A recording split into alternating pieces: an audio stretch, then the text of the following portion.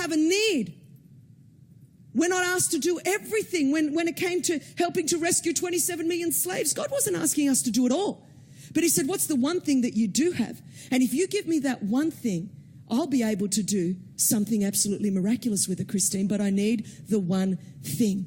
So that little boy gave it. Now, did you notice who gave the ingredients for a miracle that I'm talking about today?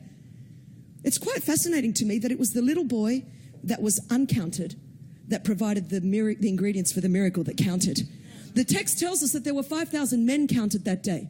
So a little boy who was not counted, and the thing that I've discovered, church, is that it's always the ones that everybody else discounts. It's the ones that everyone else thinks doesn't count. It's the ones that everyone else thinks your life will never amount to anything. You are not educated enough. You're not talented enough. You're not gifted enough. You're not smart enough. You're not resourced enough.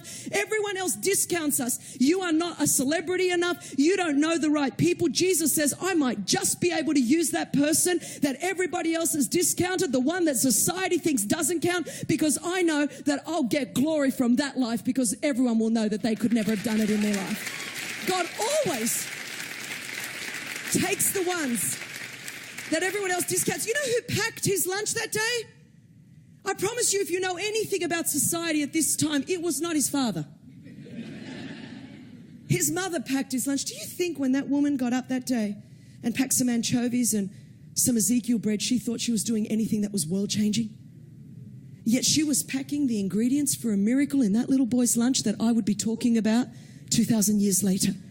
I don't know, every day when you're driving your kids to school, you perhaps could be homeschooling your kids. You could be the cool house where all the kids come over after school and you're speaking life instead of death over those young people. Often when you think what you're doing is insignificant, your job doesn't matter, your life doesn't matter, I want you to know that everything you do, everything you say, everything you think contains the ingredients of a miracle that can change generations. Don't devalue the smallness of the seed that you have. Don't ever, ever devalue it.